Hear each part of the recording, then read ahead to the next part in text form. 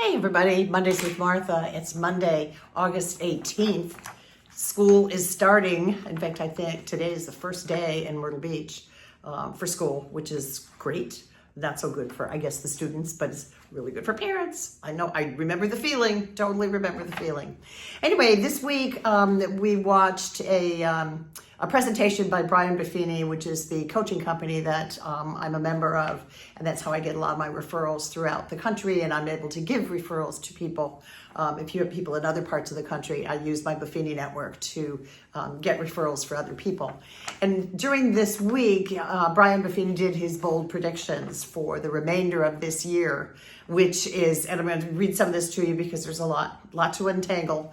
There's going to be a 20% drop in the membership for National Association of Realtors by next year for 2026. And I think a lot of people, the last 2 years have been tough on the business because of the interest rates and people not necessarily making a move when they thought they were going to, but they just kind of held back. A lot of people had 2.99 mortgages; they didn't want to give them up. So there's a lot of realtors that just, if you're not really working the business and in it for the business, then some people have actually left the business.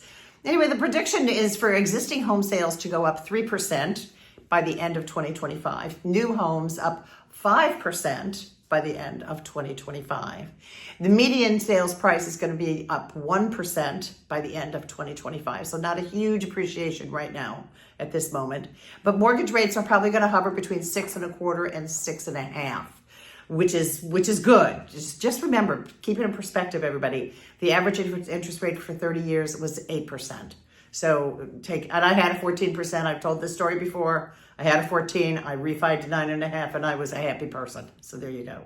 A couple of keys to this market. Buyers have choice. That's huge, because for the longest time when we had no inventory, buyers didn't have much of a choice. It was kind of like take it or leave it. This is all that's all that's on the market. And some people made decisions that they weren't necessarily happy with at the end of the day. And to the sellers out there, I'll be honest with you, it's all about competition. What is your competition?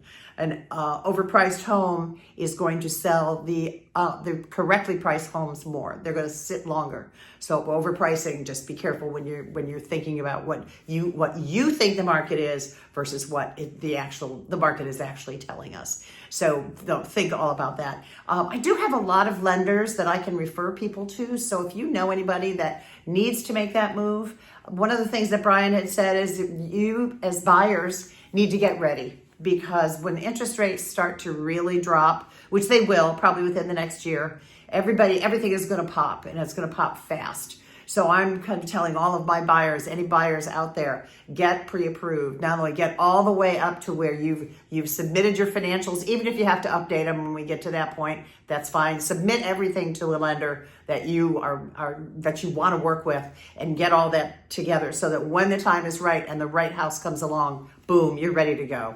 So just food for thought. I hope everybody has a wonderful week. I'm actually going to Chicago this week.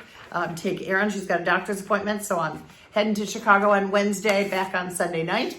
But I hope everybody has a wonderful week. If there's anything exciting in your life that I can help you with, please feel free to give me a call. And I hope everybody has a very safe week. And I hope the kids have a very safe week back to school. Everybody take care. Bye-bye.